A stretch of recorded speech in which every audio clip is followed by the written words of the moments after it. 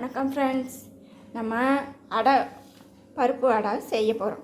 அதுக்கு 4 ஹவர் அரிசி, துவரம்பருப்பு, அரிசி 1 டம்ளரு, 100 கிராம் துவரம்பருப்பு போட்டிருக்கேன். அரிசி வந்து 1/2 கிலோ அரிசி எடுத்திருக்கேன்.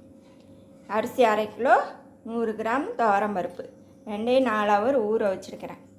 இப்போ வந்து இதை வந்து கொரகொரப்பாக அரைக்கிறத காட்டுறேன்.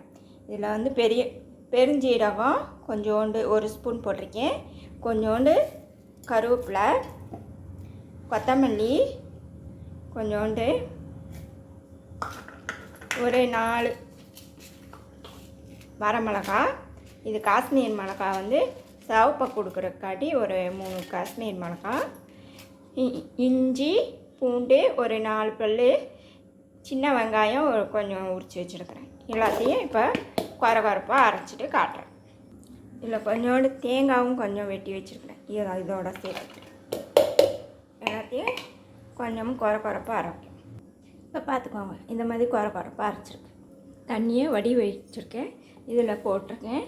இதில் கொஞ்சம் உப்பு கொஞ்சம் சேர்த்துட்டு, இப்போ தண்ணியை ஊற்றக்கூடாது, தண்ணியை ஊற்றாமல் கொரகொரப்பாக அரைக்கும்.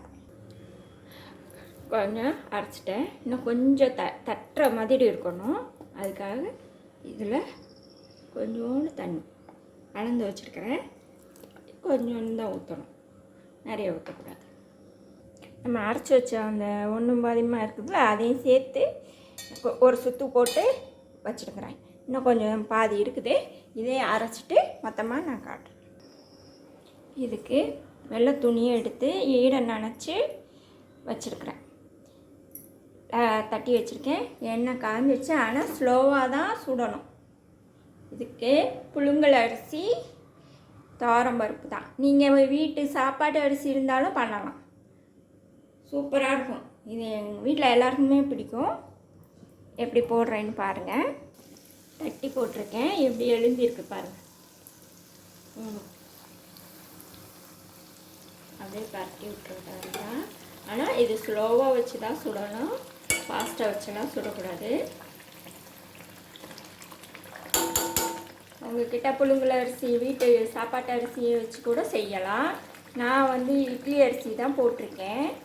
இட்லி அரிசி இது 1/2 கிலோ, துவரம்பருப்பு 1/2 கிலோ போட்டிருக்கேன். இந்த ரெசிபி சூப்பராக இருக்கும், எங்கள் வீட்டில் எல்லாருக்குமே பிடிக்கும். இதுக்கு நான் வேர்க்கடலை சட்னி அரைச்சி வச்சுருக்கிறேன், தாளித்து வச்சுருக்கேன். சாப்பிட்டு காட்டுறேன், சாப்பிட்டு பார்க்கலாம் எப்படி இருக்குதுன்னு. நல்லா சூடாக இருக்கு.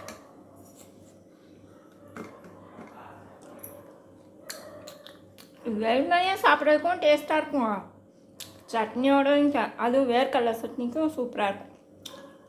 செஞ்சு பார்த்துட்டு கமெண்ட் பண்ணுங்கள், சப்ஸ்கிரைப் பண்ணுங்கள். சூப்பராக இருக்குது.